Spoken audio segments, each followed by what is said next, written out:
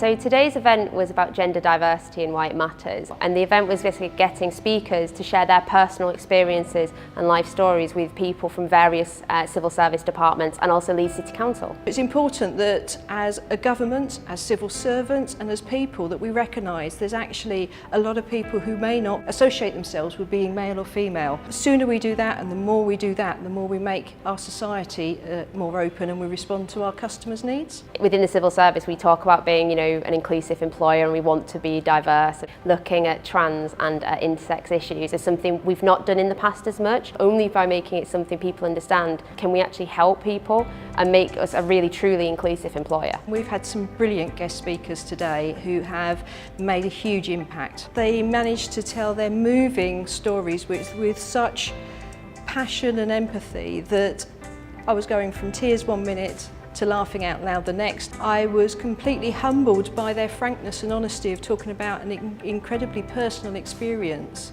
Both of them touched on instances where they weren't supported as well as they could have been and society didn't understand. So I think for me it's, okay, my job now, knowing that's someone's experience, let's learn from that, let's make it better so people in the future don't have to suffer and don't have to go through such a bad time.